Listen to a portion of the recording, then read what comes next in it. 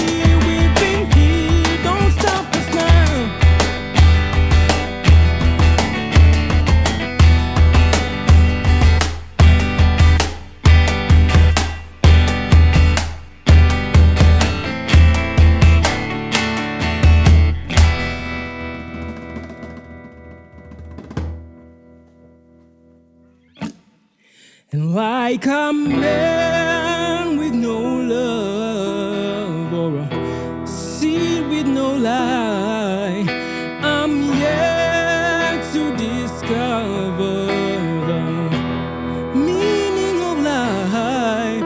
Here I am. Don't stop me, you know I've been here before.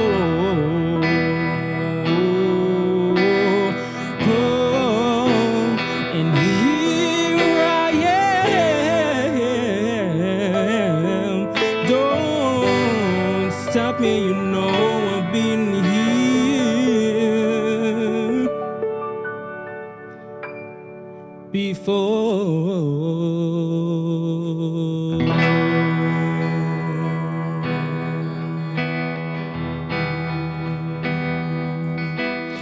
I see myself in each face I see.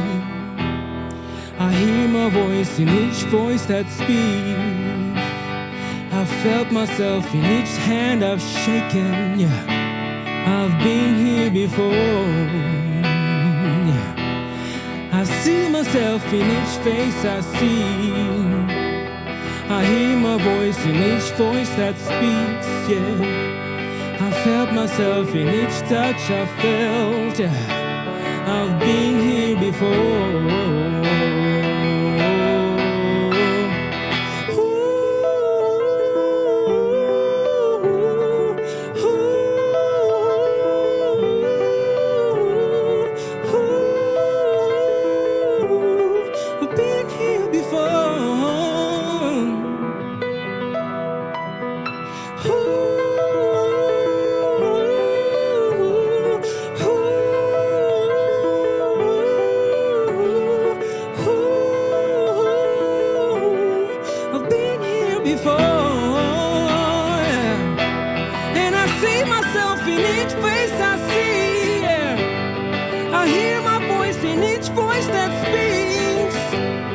I felt myself in each touch I feel, yeah.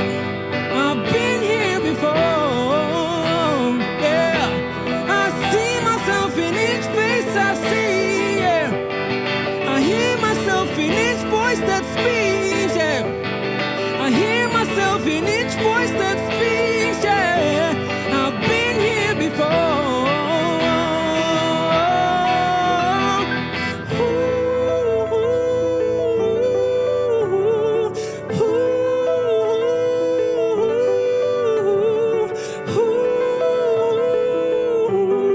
I've been here before.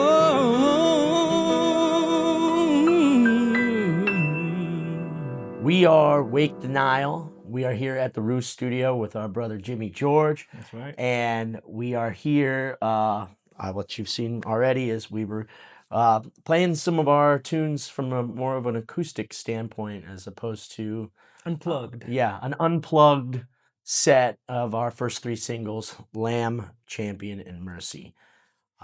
And big shout out to Jimmy for coming in here and letting us use his space and getting the music sounding awesome. I can't wait to have all this together between the interview and all the music and start pumping it out. Tell me about y'all's producer. We were talking a little bit before this. He seems like a real interesting guy. How'd you guys get hooked up with him?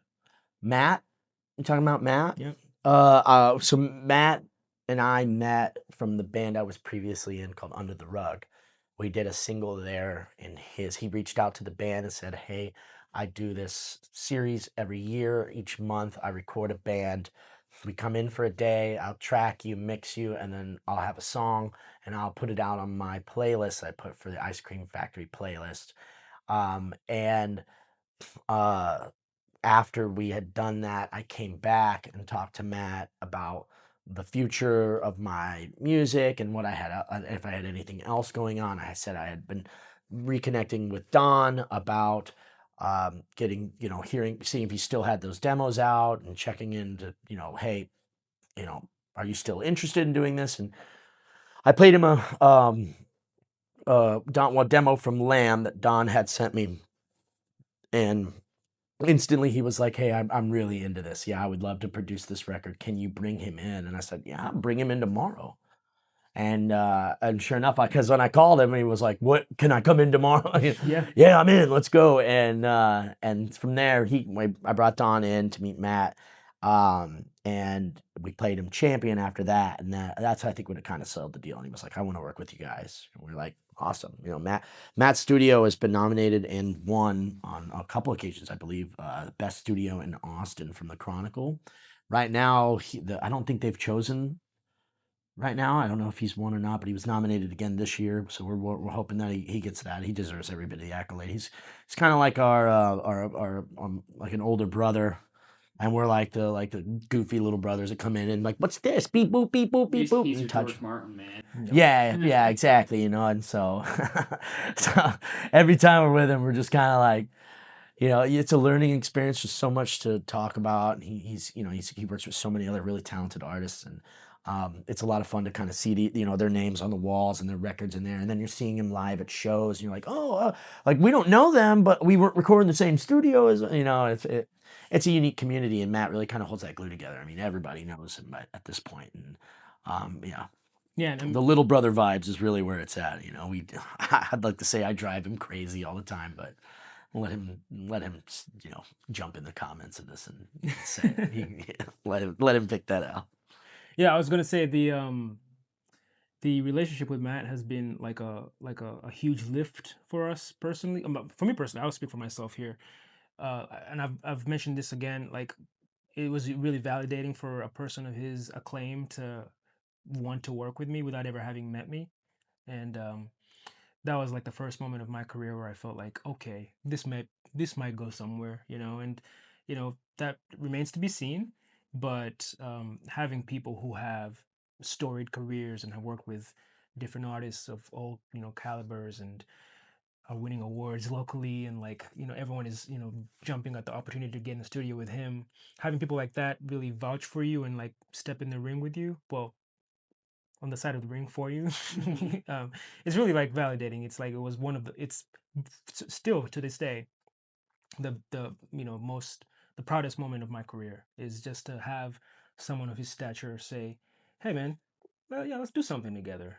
So um, and that also goes into how that comes together with Dom having this giant network of people who like play all kinds of instruments, and again, all those people have different levels of you know uh, acclaim in their own right.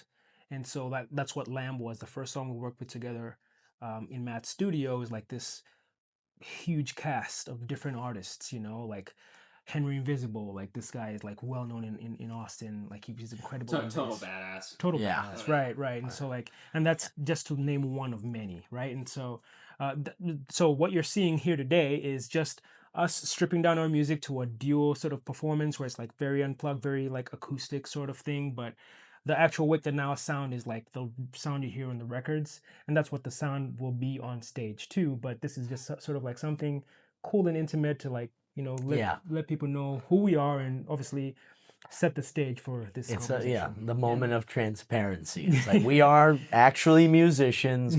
We are two guys. Like We are real. I'm Dom. This is Don. I Right. know that's confusing, but we had to first things first eliminate any confusion about what people see when they're looking at your your brand recognition is your social media page, and it's just a bunch of cool videos that we made on a rooftop of a building in a waterfall and stuff like that, and there really was no personal direction that we haven't gotten the opportunity to really introduce ourselves. So thank you again for this opportunity, For sure. because now we get to come here and do our little unplugged thing and then have a conversation, and then as this all comes together, it'll be cool to put yourself out there. Yeah. How long has this project been in the works for you guys? You wanna? Well, yeah, I mean, the project has been in the works since 2019, and that's when Dom and I met. It was kind of one of those cliche house party moments where a mutual friend goes, "Hey, you guys both make music. You should be friends now." And I could tell Dom had that like, "Yeah, I know every artist in Austin. Here's one more." And I frankly was thinking the same thing because at that time I was looking for like a project to get immersed in and like people to work, on music with, and I just had not found anyone that I felt confident with. But I literally played Dom one of my demos on speakerphone in the kitchen of that house party, Slam. and I mean he can tell you what he thought, but from then on we just started staying in touch, talking about music occasionally, meeting up at other places and jamming out with friends of ours. And I think Dom had a project he was in at the time, so he couldn't really dedicate any time to a Well, solo or duo project. we kind of tried to fuse it at Yeah. one point, and that didn't. It didn't work out. We were like, Yeah. we could do this under the Lunar Eclectic name, or Yeah. we try something different, and we have the members for it. At the time, there was just no like concrete, uh, way of how we wanted it to go. And then the under the rug stuff happened, and at that point, we kind of our paths went, in different ways, and then when I came back, it was like, hey, you still sitting on those demos? Like, Yeah, a demo from the kitchen. yeah, the kitchen demo of Lamb. Like and at that point, um, when he was like, yeah, I said, well, I'm not doing anything with that band anymore. I found a guy who's interested, Matt Parmenter out of Ice Cream Factory Studios. Shout out Matt. Shout out Matt. He's our producer, our engineer. He's our wizard behind the record. And when I found him with Under the Rug, he had mentioned, hey, are you working on anything now that, it seems like you're moving out of that role? And I was like, well, I reached out to an old friend of mine who had this music, and we were going to try to do something with it. And we kind of went separate paths. He said, bring him in. I want to check it out. So I played him a demo, and that's when he knew. He was like, okay, yeah, bring him in. I want to talk to him, and I want to hear some more. And so we played some more music. He came in with me, and then from that day forth, we started planning out how we were gonna shape the project, the band, the music of it. Because he had the demos, and I had some ideas, and we just kind of mashed them together. And over the course of those next like year and a half Yeah, of with the working with demos, Matt. the idea was always to hand this off to better instrumentalists, a better producer. Because I literally crafted all that stuff in my bedroom with my little home creation setup.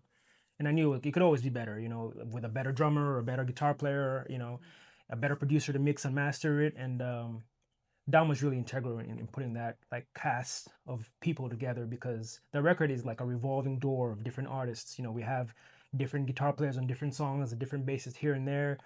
Yeah, And so and Matt is like the glue that ties it all together, and obviously us too as well. But Matt really puts the sauce on it in terms of like making it sound like a coherent, industry level, record. So it's really a labor of the village coming together to put this thing into the Yeah, world. a lot of musicians, they hang out drinking one night. They're like, let's start a band. Let's do something. They never call each other back. Yeah. But even it took some years. Y'all called each other back, and it happened. Yeah, exactly. It kind of came back together. Yeah, which was cool. I mean, and it's funny, like, because of that collaborative effort, which was, essential in creating this record, because everything we thought we wanted as big, I mean, we're primarily two drummers in a band playing different instruments between keys, drums, singing, guitar.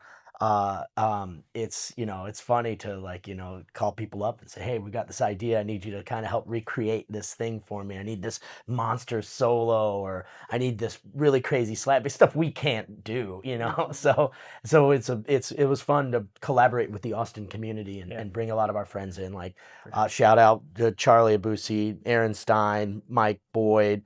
You really gonna name them? I can't. I mean, it's a lot of people. There are at least, I mean, there's 10 to 15 other people. We have a whole horn section. Ari, who else came in? We had Patrick come in. I could go Sam Irvine. I can go on for days. But yeah, it was just such a really cool thing to, like, each day when we had a new objective, Matt would be like, all right, what is it today? And I'm like, well, we got a 6-piece horn section coming in. He'd be like, yeah, fuck. But yeah, it's been a couple years in the running now, about 2 years since we sat down on the first day of the studio to what is to now. Yeah. That's awesome. So, how would you guys describe your sound? Are you guys comfortable with any sort of genre? Well, that's been actually interesting, because I making the record, one of my goals was to pour my genre influences into it. And just to give you a little background on that, I was born in the church, literally to two pastors. And so my music tastes were formed by gospel music. And if you know anything about gospel music, it's multi-genred, right? And so I grew up playing all kinds of different stuff, from obviously the African genres like zouk, soca, Afrobeat, and then like the Western music influences, so like rock, soft rock, R&B, and then there's the hymnal stuff, and all these things are in the record in some capacity, and so I decided I'm not going to be tied down to a genre. I'm just going to make what feels like me, and then hopefully there'll be enough coherence between my voice and the different tastes that I put together to make it sound like one solid sound. And what's been interesting is kind of listening to what the music aggregators and DSPs and streaming sites like classify us as. And we have songs that are like firmly in the rock and roll genre, and then we have some that are in the pop genre, and then we have some that are genre benders. And so we're kind of open to the genre agnostic label, and we're not really concerned with being tied into a specific lane. But obviously, we understand that for some people that's maybe a turnoff, because I like my pop music, and if you're not a pop musician, then I don't even want to listen to you. So for us, I was like, how many times do you ask somebody about their band when you're in a space, and you ask them, like, well, what kind of music do you play? And it's a little bit of the, nobody really thoroughly understands, like, how to, like, classify their sound. I mean, because of you let that make that somebody else's decision. Yeah. But from what we've gotten, like, from the aggregators and from the streaming services and from all the other things that we have to work alongside with, we came up with the 4-word blues rock soul pop. And that's kind of been our short-term bio for a lot of the things when people kind of ask in that general realm. If you listen to the music, it has a blues rock soul pop vibe to a good majority of the songs. Yeah. So that's where we've been running that, like, that's the I don't know how, but yeah, at the end of the day, there's so much influence. I mean, from him being from completely other side of the world, and having a total influence of that, at least up until adulthood before coming here. Yeah. And me even so, coming from a completely different place, not than here in Texas, but not, And even Uganda. the bands you've been involved with are Yeah, all the different music projects that I've been involved in all come from. It's all a weird smorgasbord. smorgasbord. Yeah. Yeah, but and I will say to that point too, there's a need for us to find our sound, and this record is an effort at that in many ways. We're not we're not closed-minded to the idea of our fans or what ends up becoming our fan base telling us, "Oh, we love when you make this kind of music." We ultimately we want to make music that people want to Yeah. enjoy listening to, and so that this record maybe is like us putting all our chips down on the table and saying, "Hey, what do you guys like?" and Yeah. and figuring that out with the people that gravitate towards our music. 100%. I agree with that. So, what's the biggest challenge you guys have faced so far, and how did you overcome it? Oof. I mean, I think we might have different answers to that, but for me, I'll speak purely for myself.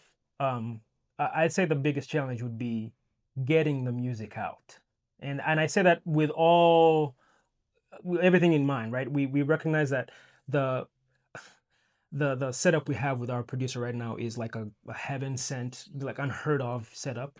Where he's really like going to bat for us and taking a huge bet on our music. And so again, shout out Matt. This guy is really like he grabbed us out of the mud in many ways. And he really validated my effort. That was when Dom called me up one day and said, "Hey, I showed your demo to this producer you've never heard of. He's really interested in working with us. We should come in sometime and like talk to him." That was the first moment of, like, they call them green lights in your career. That was the first time I felt like, okay, there's maybe something here. And so the opportunity came, and it was like, okay, finally I have a guy who's going to work with me on everything. He's going to put a cast of great musicians together, and now we have a producer who's going to like record these songs. And so I was really excited from the very jump to just like get the music out into the world and maybe even move on to the next project.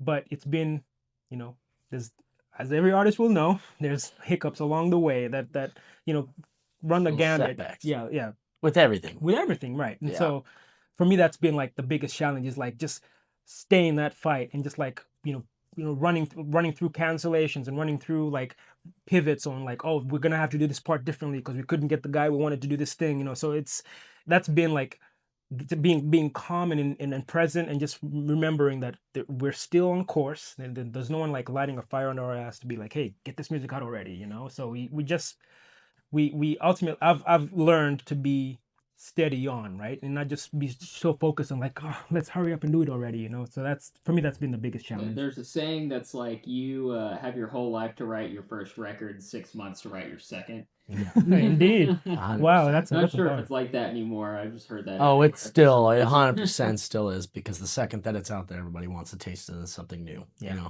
How quickly we are to immediately dismiss the Well, how about you? What's the biggest challenge? The biggest frustration is, in my opinion, Challenge, not frustration. Oh, the biggest challenge. Honestly, I think it's just navigating how every new trend and every new user interface and every new social media site and every little thing that happens is a incarnate or a evolution of a previous problem that we had thought we had already solved. And so I think my biggest challenge is on the back end of this project. Like, the music comes and goes, the mix notes come and go, the singles will come and go, the videos that we make for new things coming, like all of that will come and go, and it's challenging in its own way. We get better at that, but those things don't really necessarily evolve. It's what people want, and knowing we write music for ourselves, but we want to make stuff that gets the most attention for the music, right? So that navigational process of trying to figure out, am I keeping up with today's 3-second scroll limit, or am I keeping up with this new AI platform that sends emails to all of your email lists that I forgot, that I didn't look up, or there's a constant battle of staying 10 steps ahead of something you're 10 steps behind. And that's, I feel like sometimes the biggest challenge. That is the back, actually a fantastic call out because the back end is tough. when I wrote this album in 2016, like by the time we got to 2019 and like he's gonna work with me, I had already had the thought of like, are these songs even gonna be relevant anymore? Because I was writing a record that I wanted to, be relevant, like have some sort of like popularity, mainstream popularity, and like even though we're not writing for the radio or the charts, I didn't want to write a record that's like dated, So I always had that in mind, but now it's 2026, it's like 10 years later.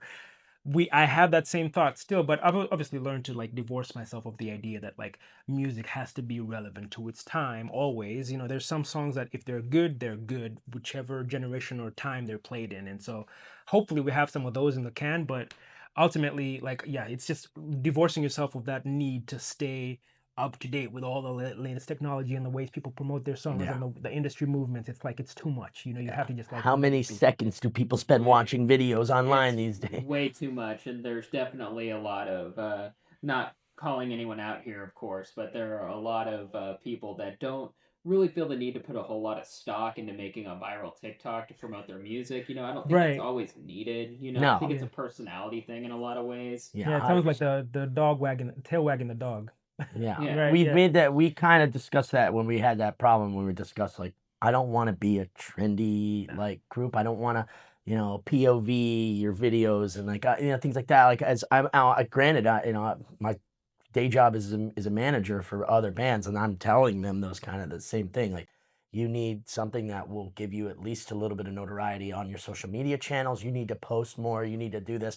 And I'm trying to figure out ways to stay in that realm of understanding how I'm going to continue to preach that to other people. Like, how do you be unique, but not too trendy? Create your own trend, make your own content, make things that you're happy and proud about, that you don't care about what other people will see, and maybe it will begin to start its own. And it's its own community. It will build by one person after another person after another person. If you're staying within that realm, we are obviously a band that chooses to want to do performances, but we want to know that there's some stock in this project that when we decide to go out there and put this big illustrious production together with all these members and all that stuff like that. So it's important in that sense. And again, it just boils back down to how many people are watching the TikTok and how many seconds do we have to make the beginning of this video really fun and cool. It's just that stuff can be fun and it can be a challenge. All that to say, like and subscribe. Yeah, please follow our band after this. Just kidding. Please. Just kidding. All right, sorry, Case. Go ahead. So down the line, if you guys could go open a show for any artist, who would it be? Mine would be Muse. I think. Why? Wow, that's a yeah. Oh, why? Oh, there was a why. Oh, I added the why. Okay.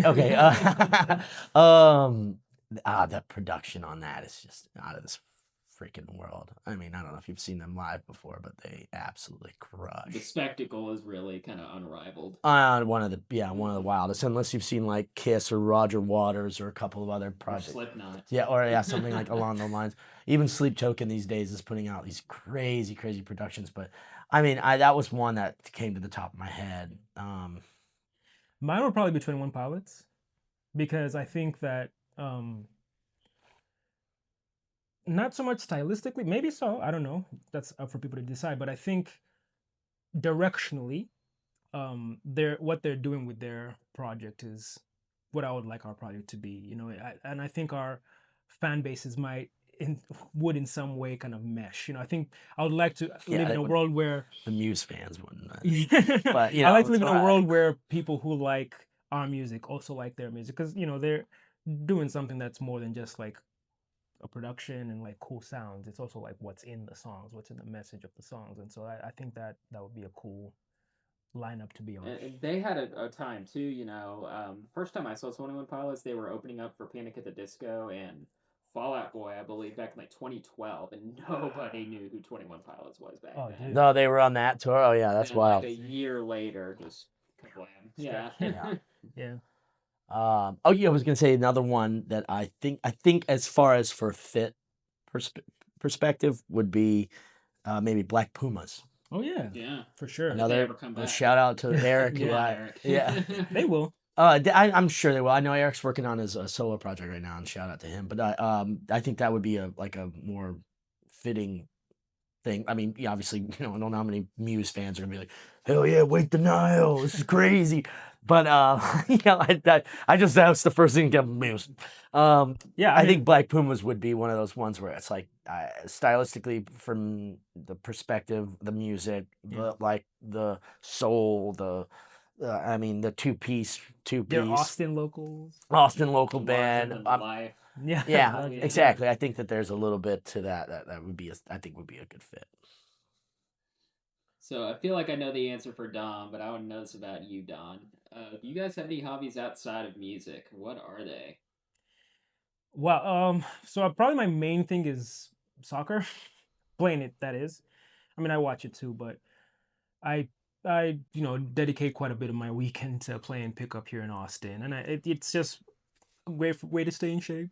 But also, like I've been like a huge nerd about like playing soccer, and like that's one thing that I just can turn my mind off and do. It's music has become very much secondary in terms of the hobby, aspect of it, because now there's like a business around it, and so sometimes I have to like detune from the music. So soccer is a good way for me to just be like, okay, this is something I just have to have fun doing, and so that's probably the main thing for me. I also like to spend my time volunteering, and just like helping out where I can in any capacity. A lot of opportunities pop up here in Austin, especially. It's good to just like again do something that's not about myself, because as an artist, you might know he definitely does. Much of what you end up doing is like me, me, me, me, me. All the stuff that's gonna make me do a thing, go someplace, be something. So it's nice to do stuff that's like for other people, with other people. Yeah. What about yourself?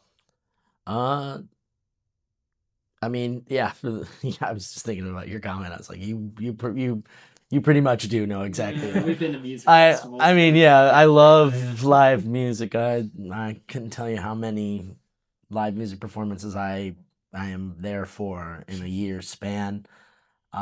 It's probably one of my biggest things. I think I'm even a bigger fan of the spectator aspect than I am the performer aspect in a lot of ways. But yeah, definitely big on the live music stuff. I love hanging out with friends, spend a lot of time with friends, spend a lot of time with family. Traveling is big on my list. I've done a lot of traveling in my life. Not so much lately, not necessarily rolling in dough at the moment. We got some time. We get this band off the ground, and maybe get to do some more traveling. But touring is big. I love touring. I love getting to move around and see new things and try new experiences. So it's probably up there on the top of the list. And thankfully, live music is part of the reason I get to travel so much. So it's kind of like 2-for-1 package. I get to see another band in a different city every night that we're playing alongside with, and then trying their local cuisine. Jumping on a bus with a bunch of sweaty dudes and driving to the next city is, I mean, it could be, a little bit more luxurious than that, but it's kind of how it is. Have you done that before? Yeah. Been on tour? Oh yeah, several times. Oh, awesome. Yeah, it's a lot I of feel fun. like it's so much harder now with like how much everything costs. Like there was this interview with this band called Waves, and then talking about how he started touring in a van again because tour buses are like 12 grand a week or something, like Oh, yeah. something insane like that. A bus is just out. I mean, at this point, it's just, unless you've got label backing, it's an outrageous thing to even think about doing. I know some people who have been finding deals on schoolies and then building out bunks, and then taking the schoolie out and putting a little center area for everyone to hang out, putting some power in there, a generator, and then bunks for everybody to sleep. And then they just don't stop. I mean, because hotel will drain you, like a 4 or 5, 6-piece band will drain you $200 a night. Yeah, plus a driver. Plus a driver. Plus, I mean, if you think about it, yeah, I mean, yeah, you really got to know what market you're appealing to, and who's going to buy and who's going to show up, and you've really got to know before you just. So many artists, the first thing they want to do is like, oh, we got a band, we got music, we playing shows. Now let's go and travel around the country, and there's so much more to it that comes to it. And as a TM, as a tour manager for a band I was already playing in, and kind of double teamed the responsibilities there, you get to see how frustrating how that is, and all the pre-work that comes beforehand, booking all the travel arrangements, doing all the math for the gas, and how much the food's going to cost, and per diems for artists that you bring on tour. And so, yeah. Yeah, I mean, there's a band pretty well known. I won't name them, but it's like a story that's going around the industry about how they self-funded their tour, like a pretty big band. Like everyone in this room, I'm sure if I said their name would be like, oh, obviously them. And they barely broke even on that tour. And I was looking at some of like the costs that they have to put up, and like it's kind of demoralizing to think that like even a band of that size can like self-fund a tour but then barely break even. So it's like I'm looking forward to the playing music and being immersed in the tour life of it all, but also it's a daunting proposition to think that us little old Wake the Nile independent project, like how are we going to make that work. But we've gotten this far, and so I think it's not an too exciting hard. challenge. Yeah, it's not too bad. Yeah. I mean, between selling tickets and selling merch and doing it the right way, making sure that, breaking even, meaning that we also got paid too, and the artists we brought on tour and anybody else we decided to hire for the tour, and still not spending a single dollar because we getting paid. So that's a win. You don't, you sell a bunch of merch, and really the goal is you're just a traveling t-shirt salesman. Yeah. That's all you're doing. You're going around town going, look at this cool shirt I made. We're that band too, but the shirt, buy that, that's really all that matters. So, that's where the money's at. In other words, that's what I meant by that. What really matters is having fun. Don will sell the t-shirts, I'll sell the message. Yeah, you sell the message, and I'll be the back. Hey, ice cold t-shirts. While they're hot. Or no, Yeah. get them while they're cold. Yeah, get them while they're ice cold. God.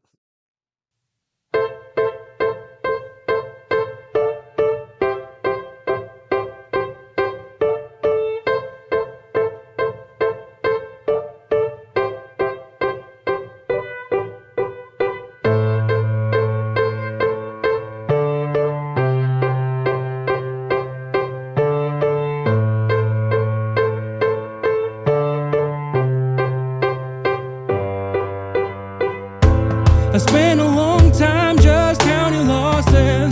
I reached the finish line but could never cross it. I swear I even contemplated giving up, giving up.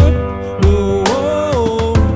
I never ran from battle, so I turned to face it. And what can take forever, so I needed patience. I fought day and night till I made it out. I made it out. Whoa, whoa. You know it ain't easy climbing mountains.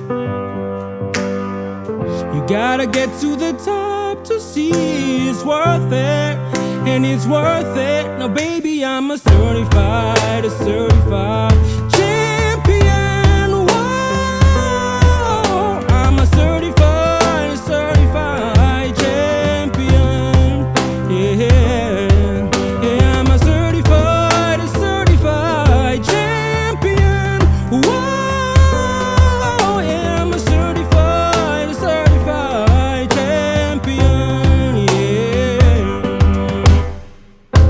You said that I would fail before I even started. I guess you never knew that I am lion-hearted. I made it out the jungle, can you see my crown? See my crown.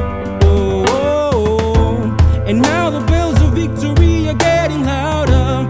I'm howling up the moon and throwing up the powder. And nothing you can do will ever bring me down. Bring me down.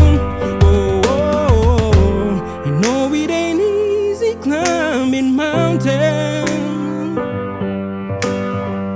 You gotta get to the top to see it's worth it, and it's worth it. Now baby, I'm a certified champion.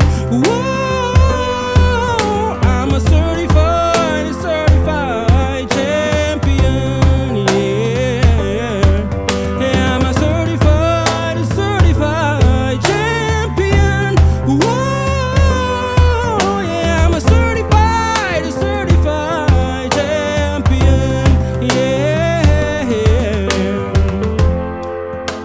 it wasn't easy.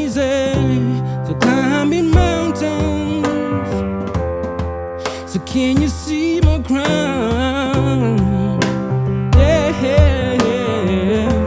and it wasn't easy climbing mountains, yeah.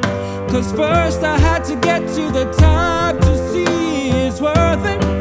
It was worth it. No, baby, I'm a certified champion. I'm a champion. You know that I'm a certified champion. Yeah, you know that I'm a certified champion. I'm a champion. You know that I'm a certified. I'm a champion. Yeah, I'm a certified champion.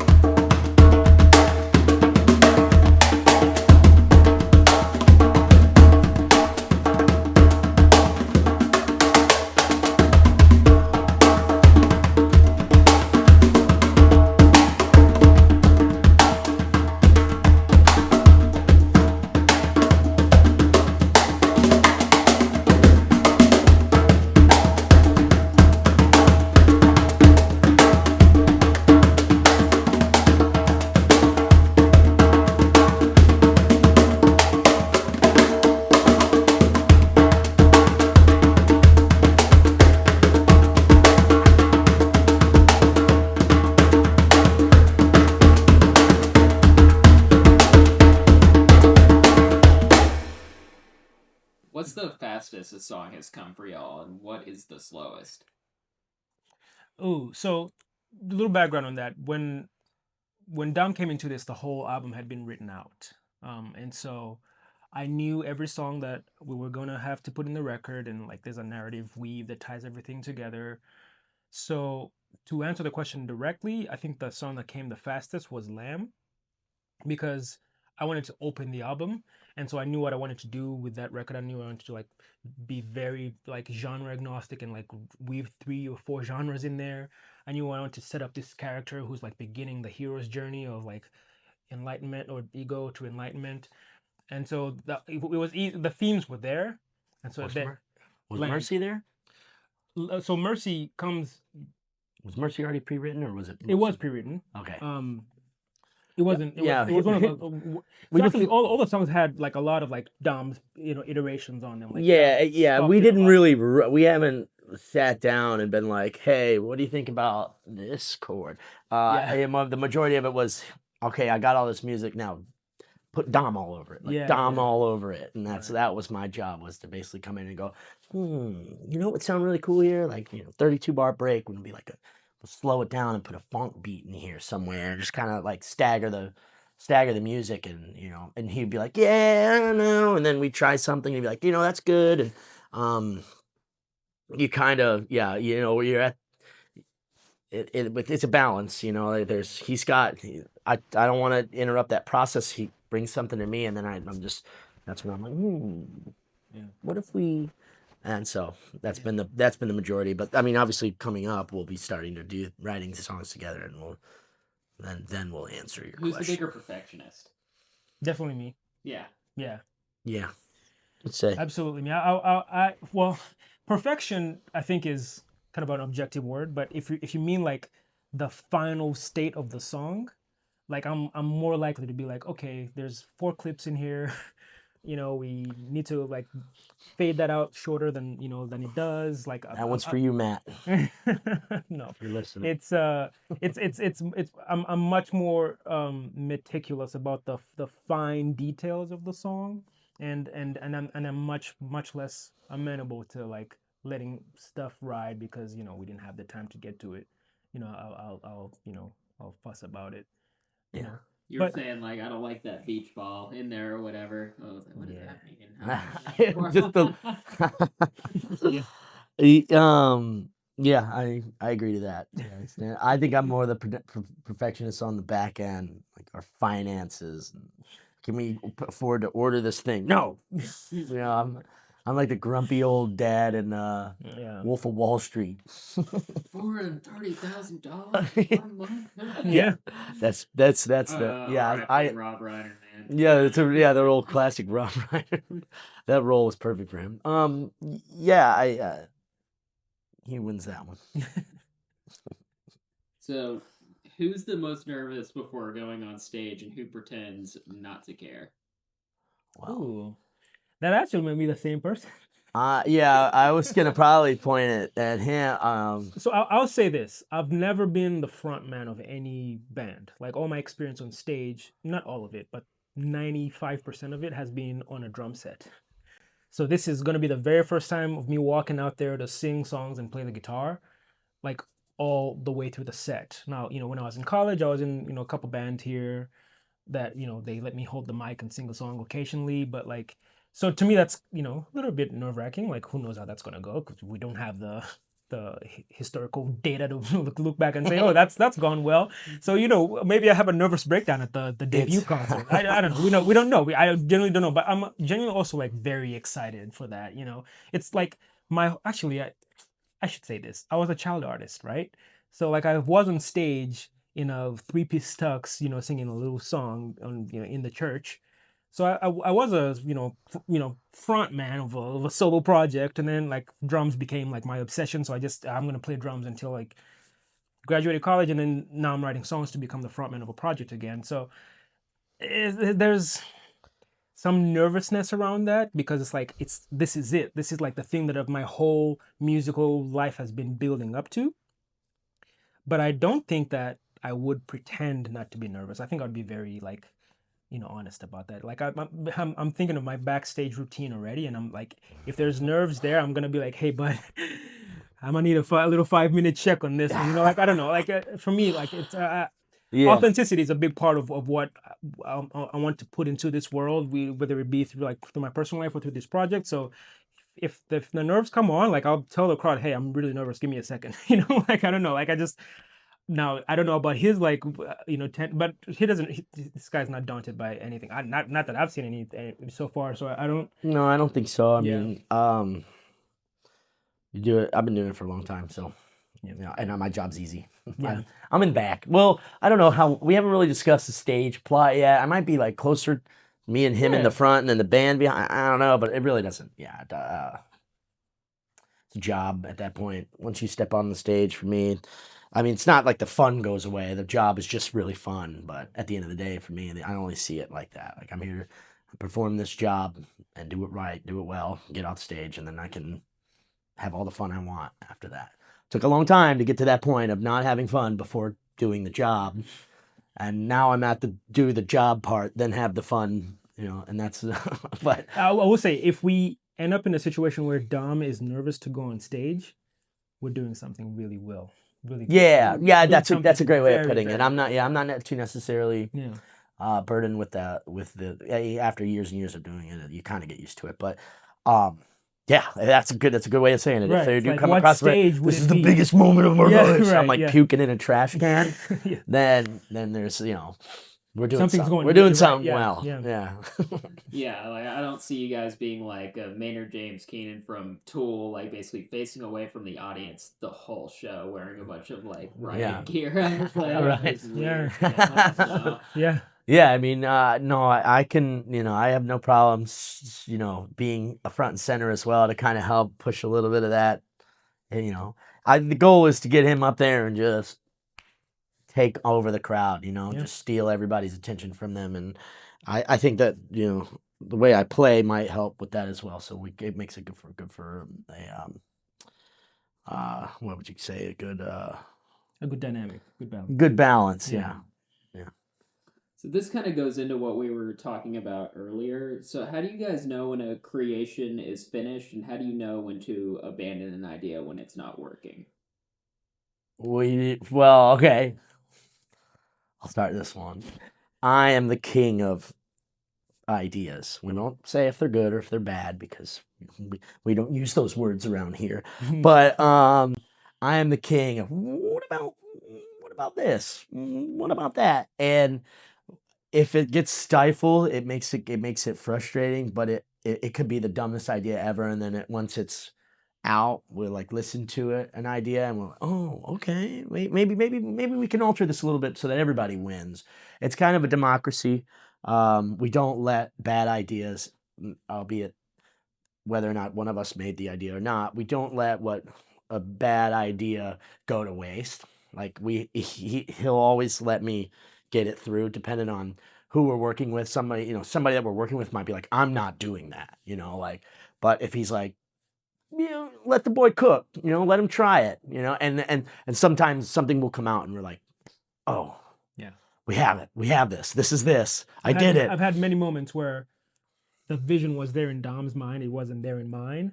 And I just said, you know what, let's let him bring it to life. And then when he does come to life, it's like, Yeah. oh yeah, of course, Yeah, we don't let him die from the get-go. Never let a bad idea die from the jump. Let it kill itself off, like let somebody try. If you have an idea, he'll present it.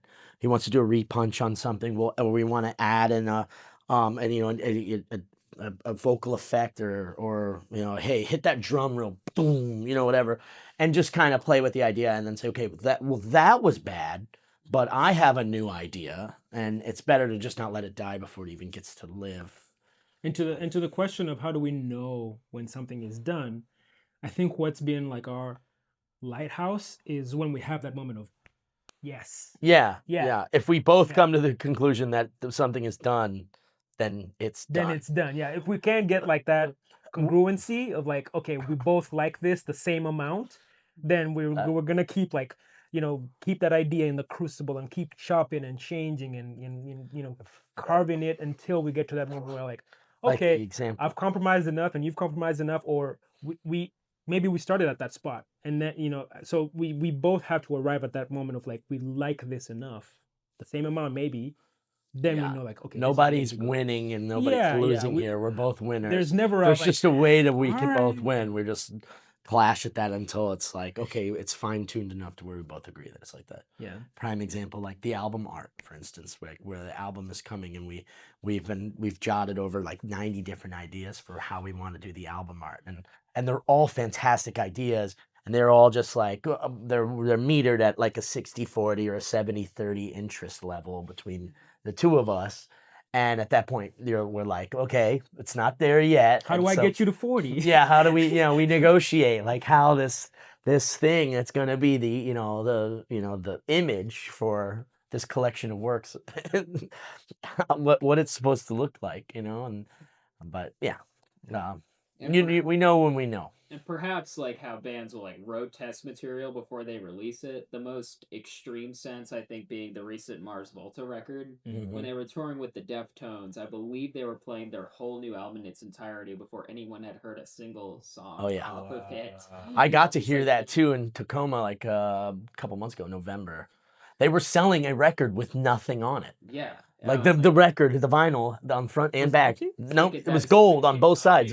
Oh, you mean like there's just nothing on it. No image, no gotcha. name, no song titles, no nothing. No, Yeah. It was just blank. And I was like, that's just the most obscure thing. Go shout out Mars Volta. Is there a stunt like that you guys would ever want to pull? I mean, yeah. We're not close to the idea of it. Yeah, I think that we're married right now to the idea of introducing ourselves to the world and trying not to be as cryptic yet. But stuff like that can seem gimmicky if you're not established. If you're not an established group of madmen like Mars Volta, you know what I mean? Like it's got to be expected. And for us, I mean, right now we're in our transparency era. I mean, like look at like having a conversation with somebody from a press or a publication or a podcast is us getting to finally sit down and say, hey, I'm Dom. This is Don. We probably haven't said anything to anybody yet. Here's a bunch of cool videos we made and didn't tell anybody about, and then just threw them on the internet. And we were like, hey, at some point, we're going to have a sit down, and people are going to have to know who the hell we are, like as people. Yeah. I don't think anybody's heard, other than your friends and family, have heard me even speak. Because we don't make any videos with us in them. It's all primarily the stuff we made to to Promote push the the song. singles, promote the singles, and it's him singing and playing, and it's me playing, and I think, yeah, there is not a. So I mean, again, it boils down to like, let's get out there first. Let's see what kind of fans we attract. Let's see where we go with the concept of the next album, and maybe we turn it on then. But But we have some out there ideas. oh, yeah, that's why we both We kind of just want laugh. to earn the Yeah, latitude. we've had to some do pretty. it. Yeah, yeah, yeah. Yeah. we definitely want to push the bounds on some things that Yeah. other people are like, whoa, okay, cool. You need to make your first 5 Star Wars movies before you get to your 6th. Yeah, right. Of Exactly. course, yeah, for sure. Exactly. So that perfectly ties into my last question. Where do you guys see the band a year from now? On the road. Yeah. Yeah. I hope we're touring Yeah. at that point. I'd love to get back to it. I think there's a year. A year. If we could be modest enough and say spring of next year, like start in the April of next year, give us about a 13, 14-month head start. We're going to hit the pavement pretty hard when it comes to promotion of the album, promotion of the singles, radio stuff, more podcasts, more live performances. Obviously, we want to do an album release when that's coming in the next few months. And hopefully that experience ties into a myriad of other really great experiences we do locally and around Texas. But in the back end of that, which I strongly suggest most bands do if they're wanting to plan for touring, is to work the back end marketing side of their project and find out where people want to see you perform. I mean, we want to be on the road in 14 months, but right now we're looking at our numbers and it's skewed all over the place. We got fans, we have people on their Spotify listening from Brazil, from other parts of the world where we clearly can't make it to. We've got like 60, 70 like monthly listeners in the Texas region alone. And it's like that number, all of these numbers are going to have to go up, and we're going to have to start planning the funnel to understand who, I guess, who fucks with it, Yeah. who enjoys this music and where. And I think that between the playing the live shows and then on the back end getting a merch pre-sale going and having some content unique to that we're going to put around the United States only and give away free stuff and talk about the merch, and we find out where are people buying stuff from us, where are they, like that's your strictest numbers, is to find out like how this thing grows outside of just its small little microcosm here in Austin. Yeah, and I guess to maybe give a little more color to my on the road comment, I just want to be on stage, so that could be in Austin, where we are right now, but it could be somewhere else in the country, So for me, ultimately, I would like for us to, in a year, be primarily focused on when's the next show and how can we make the set better. Yeah. I want to start like iterating on our live music set and making that a new thing each time and making that a great experience for the people who come out to see us each time. And so that doesn't necessarily mean that we're gonna have this like 12 city stop tour lined up and it's like not playing in black boxes with a bar, but like curating events like what are the All American Rejects did. I love that. Skate parks. Yeah, they were playing in people's backyards, and Yes. and then people were just piling in people's backyards over the last like year and a half. They were doing that. There have been a bunch of really cool bands that have gone back to their roots, and despite the fact that it's nearly impossible to do a small show, they still manage to put it off, and hundreds of people show up. It'd be fun to like target ourselves into a unique event curated Jack touring White did process. that. And Oh yeah. He was just like, fuck Live Nation. We're going to do a bunch of small venue shows. White Stripes did it a long time ago. Remember, they would host them. They wouldn't tell anybody for like a day in advance. And then they'd be on like a pier, like playing on a rock